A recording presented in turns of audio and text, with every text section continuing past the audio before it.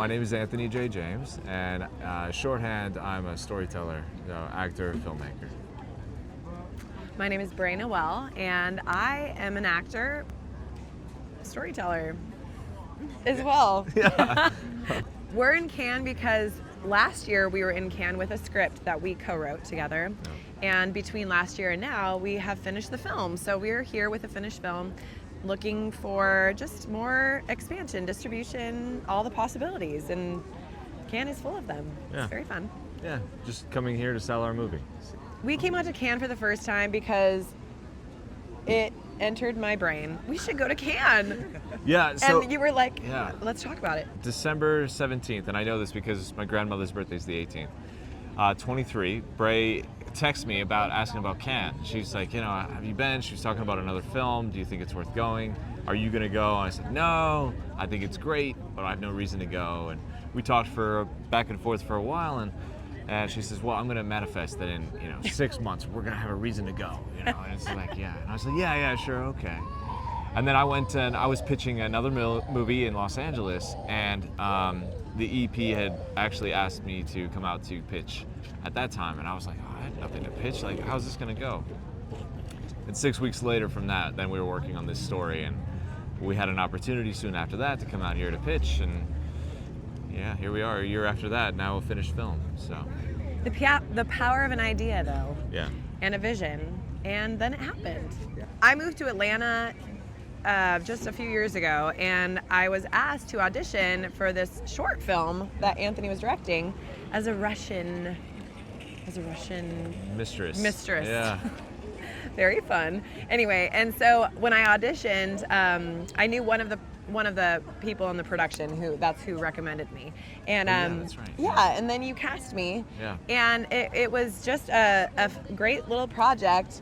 And that's when I met you on set. But I just remember being on set and being like, oh my gosh, I love Anthony's energy. Like, there's such a positive, vibe here. And everyone, I just felt that on set. And so I just remember we were like, well, let's just stay connected. Like, you just never know, like, what kinds of things are going to come up. I had no idea, where it would go from there. But we then we hadn't seen each other in a bit. Yeah. And then we kept bumping into each other. We kept crossing paths, Yeah. like, always. It was Yeah. so random. And we tried to get together with a few other groups and writing groups and so on, and nothing really manifested into the place it was supposed to be, or just nothing happened naturally. Yeah. And then I was pitching another movie. It was a Christmas film, really cool story, kind of a little Hallmarky romance, but very cute. I was in LA and I was pitching this movie that I'd been working for 6 months on. I had a lot of investment in this movie already of my own, and so I was in this exec meeting, and I was maybe 20 seconds into the pitch, and the EP just basically said, I just stop, shut the fuck up, and I don't want to hear you say any more. And I was like, what? And he says, I don't like this story. I don't like you telling this story. I want to know what your heart wants to make. I was like, what? And he's like, I'm going to give you 30 seconds. You're going to turn around. 30 seconds, you're going to come up with what you really want to tell me, what you really want to make, and then you're going to turn back to me and pitch that story. And so I turn around, I'm like, what the fuck? Like, I look at my phone, I'm like so hurt because I put so much into this, and I'm like, just focus. On my notes app, I have a long list of things stories I want to tell. And about 7 down is this dream that I had from now it's 7 years ago, a reoccurring dream I had about this couple. And so, yeah, and I was like, okay. And I turned back around, and he's like, wait, it's only been 15 seconds. And I said, no, I'm ready. And so I pitched him this story about this couple who get locked in their treehouse on their honeymoon. And he's like, wow, that's incredible. You should come to Cannes in 5 months and pitch it. And I was like, yeah, okay, sure. And then literally the next week, Brey reaches out to me, and she brings it up. Well, I didn't know about this dream, but I had a friend that's in the industry that wanted to do a project with me, and I was only an actor to this point, and I was like, well, how do I do, what does that mean? So we got together, and I was like, well, you know what, we should bring Anthony in, because he does like all the things. He writes, he produces, all that. And so we all got together. And we all got together, and it was fun. We were kind of vibing, but then I was like, gosh, I don't really know what to do with this, But one day after we met, and it just got juices flowing, right? And Anthony gave me a call and was like, I just keep thinking about this dream I had, and I want to share it with you and just see like what happens. I was like, okay, I have a whiteboard, wine, let's just like sit down and see what happens. I don't know how to write, really, just whatever. So then he came over, and for like 9 hours, I was at her house for a long time. Oh, all these ideas just started flowing. Sticky notes, and whiteboard was filled, and there's papers are flying. Oh my gosh, papers were flying. Oh my, ideas were so flowing. and we were like, this is something. We stepped back, and it's like, one of the reasons my team always wanted to produce this. I mean, I have a very close-knit family, my team, and they always thought it was a good idea, but I didn't think it was ever going to make money, and I didn't think anybody else was going to be interested. But so when this LA producer was interested, and then Brey was interested, for me it was a big deal to have a female co-writer for this story, because it's so much on the female for the lead, and there's so much emotional depth, and there's romance element to it. I mean, it's about a couple on their honeymoon, so there's just a lot, and I just didn't want to do this by myself. I wanted to have a partner who I felt comfortable with, and could create this world together with. So that's kind of where it began, and then it morphed into AI inspired, like all kinds of things are in this film. So it's a newlywed couple. They get locked in their treehouse on their honeymoon in Costa Rica, and then they get tortured by AI, who's trying to understand love and compassion. So it's really it's a really unique story, and it covers now. It's not just one movie. This is the first of 4 movies, and so that's what we're negotiating now, is a 4-picture deal. So first theatrical, hopefully, the way it sounds, and then we're going to go to streaming. So I had this dream over a year, and the ending kept changed. So that your antagonist was altering every time. Sometimes it was the building, sometimes it was an outside source. One time it was aliens, and so as we went on, I did carpentry at the time to finance us being able to go last year to Cannes. And my lead carpenter, I was talking to him with ideas. He said, your antagonist should be AI. And I was like, Oh, I didn't even know that's where that came from. I couldn't even remember. And I talked to you about it, and we bounced ideas off of each other more about that. And it seemed to really flow, and then there were signs throughout our life that were pointing like that was the right direction to take. And then we did workshops and script readings, and the audiences seemed to really enjoy. But I think that's angle. a key. I think that's a key thing. Like when things, like the signs or whatever, I feel like when you have a natural, authentic, organic flow and a very positive team, we just had such a positive energy, and so it was like, well, let's just engage every element of this process with that, just who we naturally are. And I think through that, it was like things would just come into alignment, and ideas would spark, and then it would spark, and then we'd see something that like confirmed it, and it was just such a beautiful experience to know that when you follow like your heart and inspiration and people that you can trust and like be real with and just share it openly and honestly, and then being open to like be as a team, and we don't have to control anything, but just like see where it goes.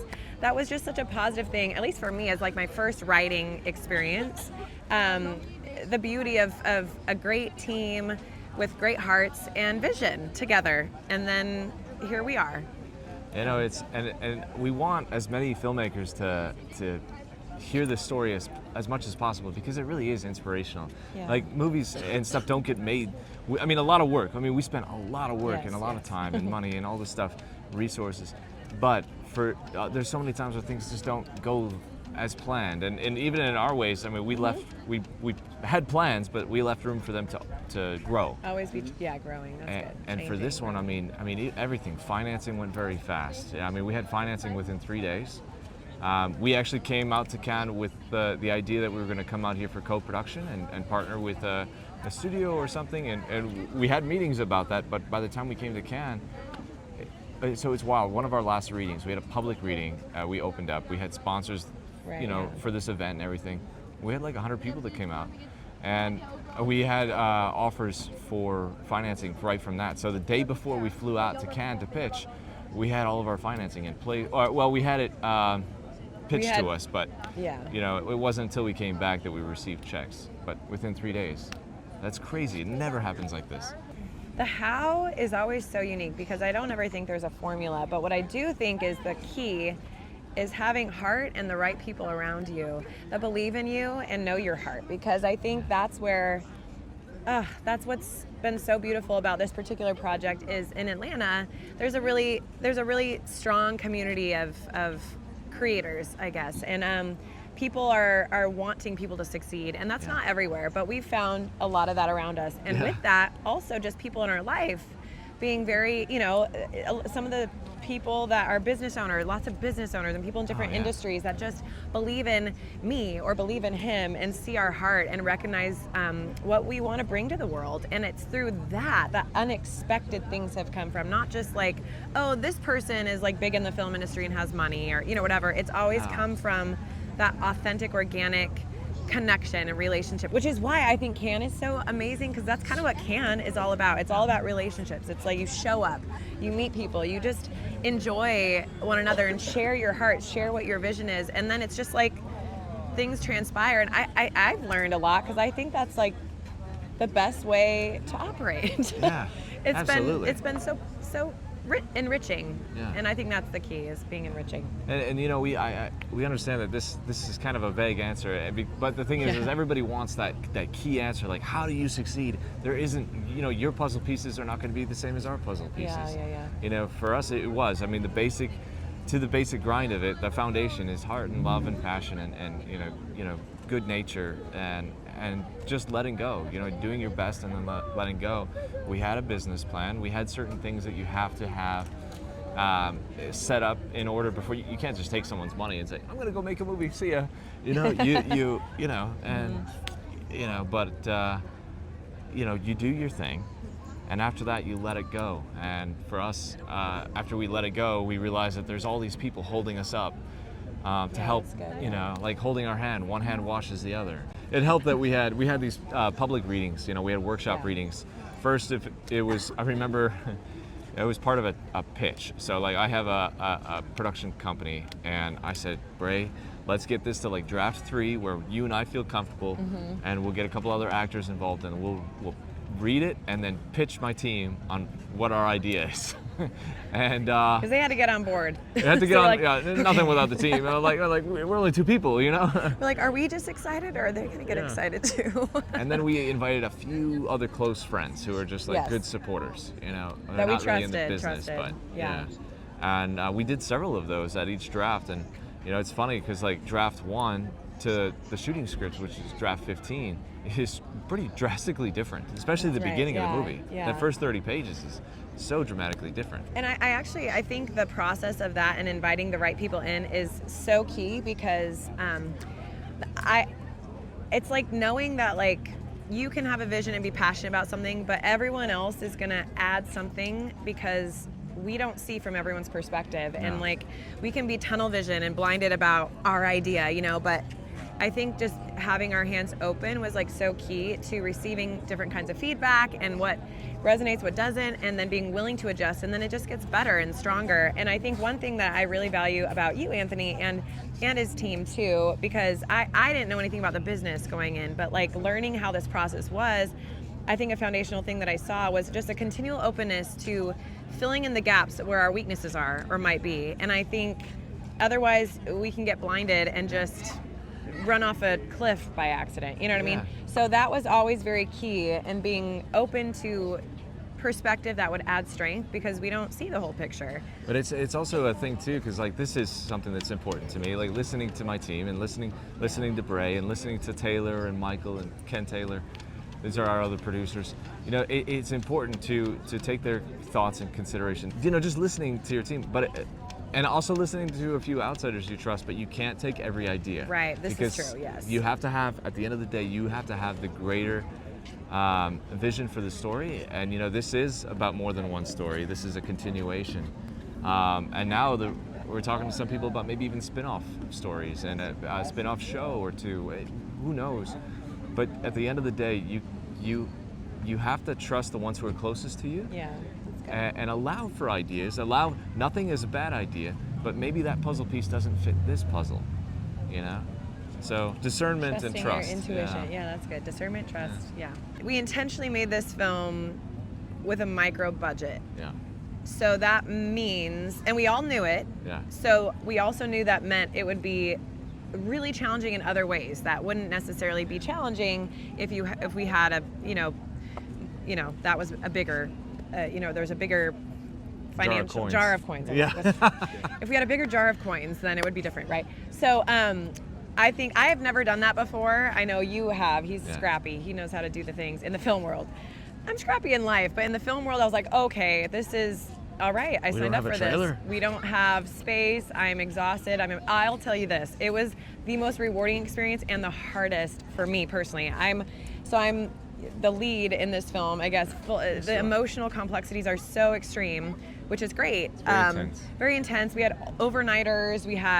So the amount of physical, emotional, mental exhaustion was far more than I expected, because I also didn't necessarily have the adequate time and space to recoup or whatever. But again, we signed up for that, and it was great. But it did make it very challenging for me in that way. That was the hardest thing for me, because I wanted to be present with everyone. I wanted to be engaged in ways that were just far more difficult for me. I had to really focus solely on the work, which is of course what it's about anyway. But it was just a challenging, mentally emotional thing for me, and rewarding, but probably the hardest work definitely the hardest work that I've done. Yeah, and he was serious. director and co-star, Yeah. so he was. Sometime I'd be talking to Anthony. He's my director, and then he's my co-star, and then he's Your friend. Anthony, my friend. So then I'm like, okay, I need to talk to this one of you. Okay, friend Anthony. And I kept reminding her, I said, at the end of the day, I'm always your friend. You're my buddy. Just tell me like that. And like, that's just how I work. I mean, like, it's not like, oh, well, now I'm the boss. Like, no. Do you want a coffee? Do you need a coffee? Let's take a shot. Do you want a shot? Like, we had lots of shots. Yeah, we had a tequila sponsor. One of my favorite tequila brands sponsor the movie. So, but and I obviously I had a much different experience with it. Yes, of course. But for me, and I didn't know that I was going to be directing and acting. I kind of went back and forth on this. Not everybody knew this, but I rely very heavily on dreams and meditation and prayer, and like, this is very important to me. I start every day like this. I write my dreams down.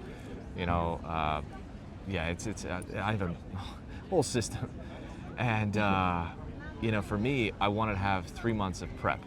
I mean, to do a low budget, actually do any movie. I don't care if it's a studio film or a $60,000 film. Whatever we're doing, I want to have 12 weeks of prep. And so having that made everything so possible. So technically we shot this movie in 4 countries.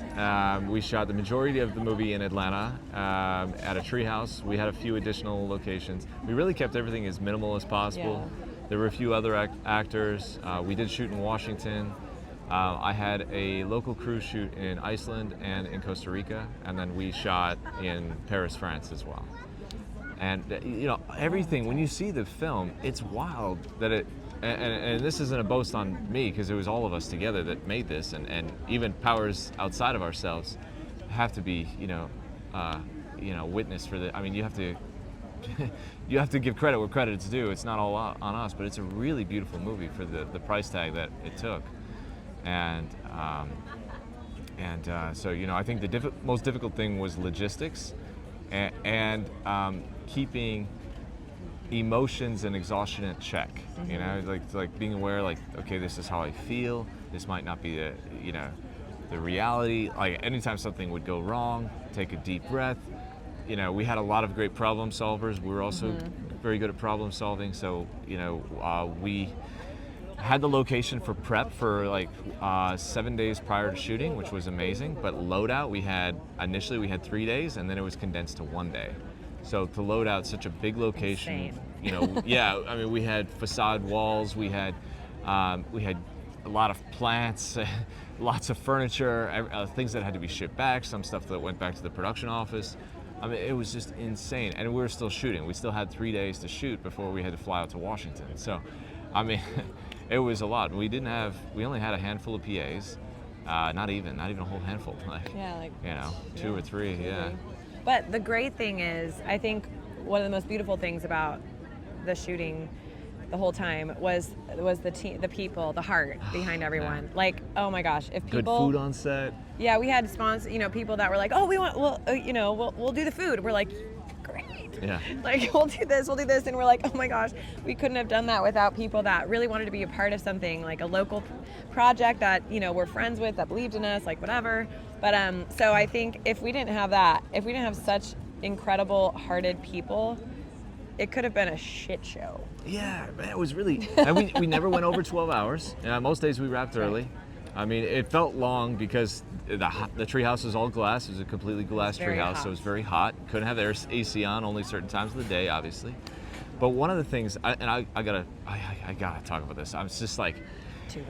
I know we did this in like a couple of interviews back, but so we didn't have money for security, right? And we flew our DP up from Miami, and so he actually stayed in my apartment, and I stayed at the treehouse. Oh, yeah. We had like $150,000 worth of gear in the house. Like, you couldn't just leave it there. It's a glass treehouse. They could see what's going on, So I stayed at the treehouse, and that gave me time to like evaluate every day. And it was so peaceful because my wind down routine, at that place was I would make a cup of tea after everybody had left. And I'd sip on the tea, and I'd walk through the house. And this is so wild that 7 years ago, this was a nightmare that reoccurred for a year. 7 years ago, this was a dream in my head. Then I had meetings over months with people and writing it with Brey. And now I'm walking through this treehouse and I'm picking up objects that were in my brain that somebody else made. I'm like, wait a minute, am I dreaming now?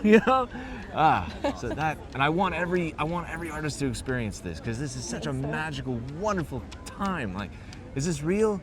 And now we have a finished movie that other people get to see, and they get to feel these emotions with us. Like, it's wild. Yeah. So anyway, I'm excited. I love how excited he gets. It's so fun. I've done a ton of shorts, and I used to work for studios too, and we made a lot of production prep on that, and actually more than I think we ever would need, because those movies have money, throwaway money. It's just.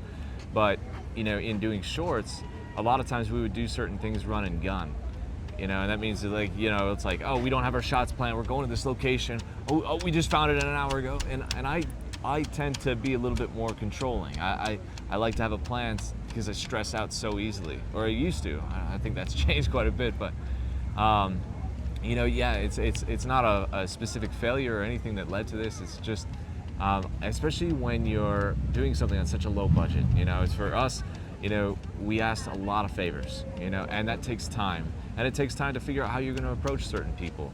And we had all of our catering. We had a 3-course meal for breakfast every day. We had a 5-course meal for lunch every day. I mean, if you were to budget this out, this would be $30,000-$40,000 just for food. And that wasn't even our crafty. We had crafty sponsored by somebody else, so it's like, we had product placements that took months, not months, but all this stuff takes time. Right. And to do everything justice, to do this story well, not even just the budget, but just the requirements of what the story took, it takes some thought and planning. Editing took about 7 months. Technically speaking, I just made some tweaks actually last week. Nothing nobody else would notice, but my editor and I noticed, the movie hasn't changed much, really. From what's on the page is what you see. We did cut 2 scenes, and then there were some scenes that we shot extra. We actually shot more than what was required, which is wild, being that we never went over our days, and we never went over on a day at a time on every day. But one of the most magical things I think about our post process was the music. That was one of the best things. Like, the soundtrack for this movie is incredible. And we had artists from Nashville, Los Angeles. Our composer was from Spain, or is from Spain. He's still there. So, that's, and it just takes time, Yeah. It just took time. So now we've moved into the stage. I call this the relaxation stage. It's not in my control. We've come out here. We're sharing the film. We have a screener next week. That's, I think, all the seats are filled now, and we're just selling the film. We're seeing who we can partner with, and being that we're looking at a multi-picture deal, this is we're looking to add to the team. This isn't hopefully not a one and done. Like, okay, great, it's been nice working with you. No, we're looking for new friends to join the team for the next 10 to 15 years. So. And I think it's kind of exciting. It's exciting in a different way now because it's like completing this first project, but it's the beginning of like the bigger vision that we see that this film is the initiator of. And so with that, it is exciting to be in the place where we have now the opportunity to partner and see where that can go. And again, carry the same thing we've been carrying of connecting with the right people and seeing who catches the vision and what the team partnership can look like. So it's kind of exciting because now that through this process, our team has gotten very close and it's been a very special team, I think, in how we operate. And so now that we can expand on that, build on that, multiply that, is just a new kind of excitement. Oh yeah. Yeah. And there's other stories too. And now, so for us, it's a lot of things are about puzzle pieces too. Like we have something to offer, and you have something to offer. Do we have something that's going to help you? Do you have something that's going to help us? And if not, maybe I know somebody else who I can put you in contact with, and you can make that puzzle piece, you know. And that's what it's about, helping each other out. We're indies, right? I mean, we're scrappy and creative and beautiful and weird and like so. Let's just come together and weird. Tell dreams. You know, we have our website. It's East Hollywood Pictures. You know, Instagram. We are both very active on social, so that's also East Hollywood Pictures. Yeah. And Brey Noelle, Instagram. Yeah, Anthony James Official. There's a lot of people that approach and like, hey, how can we be a part? How can we listen? There's room for everyone. I don't know if it's this picture or the next one, or you know, like maybe, you know, there's room for all of us. And if it's not at our table, I know somebody else who's looking. You know, we can all. There's room for everyone to grow. You know, this is so stereotypical, but just don't stop dreaming. You know, don't stop. I mean, seriously, actually, daydream more. Daydream. Dream in your sleep. You know, don't forget why you love this and why. And you know, the thing is if you don't want to stay in this field, you don't have to either. And there's life is so beautiful, no matter what, because we all go through difficult times, and we're not void of that. But you know, just to listen to your heart and you know, and dream, no matter how big. For any emerging artist, I really would say, stay true to who you are, show up, and do what you love. And always just find a way to take a step towards that. There's always a way. Yeah. Especially when you have heart in it. So, yeah. There's one that come up a lot. It came up with Ken Taylor and I. He's one of our other producers. And I first told him this story years ago. I did this really I don't want to put any negative on it, but there's a really silly remake TV show we did for MTV called The In-Betweeners. It's a English television show, and at the time there was this young director he directed 5 episodes, and we were shooting at Universal. This is like 15 years ago. I was a kid, and I remember I was in the green room at the stages, and I was tuning a guitar, and he comes in. His name is Taika. Taika comes in, he's like, "Oh, mate, what you got there?" You know, I was like, "Oh, my guitar." He's like, "Oh, let me see that thing." You know, and I handed him my guitar. And at the time, everybody knew him for this series that he had done called Flight of the Conchords. And they had these clips that were on YouTube that were really fucking popular, right? And I just said, you know, I was like, "Oh, Mr. Watiti." And he's like, "No, mate, just call me Tyke." Yeah. And so all right, Tyke. How do you get to the point where you're at now? Because like we all looked up to him, and he wasn't the only one. There was other directors there too, but like he was so cool with everyone, so much heart and love for his craft. And one of his things was he would take naps on set, like on like a couch or a chair. Like that's how he fell into the process. It was so strange. But I said to him, how do you get to this point, right? How do you get to, you know, going from making shorts, making your own things to doing this? He's like, "Man, honestly, at the end of the day, I just want to go and make cool shit with my friends, you know? I would get my mates to get in." And I was like, "Oh, cool." I was like, "So the secret is," so yeah, go make cool shit with your friends and keep making cool shit and then do it again and make more cool shit. And you know, I was like, "Okay, cool." And I've never forgotten that. It came really prominent during this process. We're just making cool shit with our friends. And then I don't know where it's going to go, but we're going to go and do it again. And hopefully do it again after that. Yeah. We had such a great time at ISA's table read last night. First of all, I've actually never been to a read like that before. I loved it. I loved the energy. It was fun. It was beautiful. It was funny. The cast was great. I thought it was a beautiful environment. Literally, just absolutely Oh my goodness, stunning. yeah. And inspiring and fun. I was captivated the whole time too. So I just thought it was it was just fun and it was good. It reminded me a lot of like our early table reads for this movie and other things like this too. I was like, this is where you go to workshop your stuff and let people know what you're about, what you're doing, and kind of open it up your energy to other energy to kind of expand upon. And one of the things that was really quite cool is that we talked to the writer afterwards, and I don't know where it's going to go, but we have some connections that may help turn this into a movie for them. Like, it's not, again, this is a puzzle piece thing. Like, this puzzle piece doesn't really fit what we've got going on, but one of our other producers, is very moved by it, felt really relative to him and his sister's stories. So, we put some pieces together, made some calls, and we'll see. I mean, who knows? I mean, you never know what might greenlight something, and sometimes it's that click, that feeling in your heart. It's like, oh, I can relate to this, or my sisters can relate to this. Oh, and I know someone else. Like, oh, this doesn't fit what I have right now, but I know someone else with the right puzzle pieces. And I think that is what happens when you allow your art, your energy to be opened up. And of course, you risk some skepticism and other energies too. You have to be aware of that. But don't focus on that. Don't focus on the negative aspect. Focus on the positive. And that's what I saw last night. That was really quite amazing. Actually, I will say this. One thing I loved, the special thing about the table read last night was that it brought people together from all over, like the world, in different places. So people in the cast were from different places. That was kind of what a special place to have a read at Cannes. And I think it was just a great example of like what can happen when you just, again, choose to do the thing at the place at this time with the people. Well, and then here it is. And a lot of that was because of ISA. Like, all of these people all came together through this platform. Yeah. That's it. When it's based to the heart, anything else is possible. Like, everything is meant to come in the way it's supposed to. Yeah, I appreciate ISA. Such inspiration.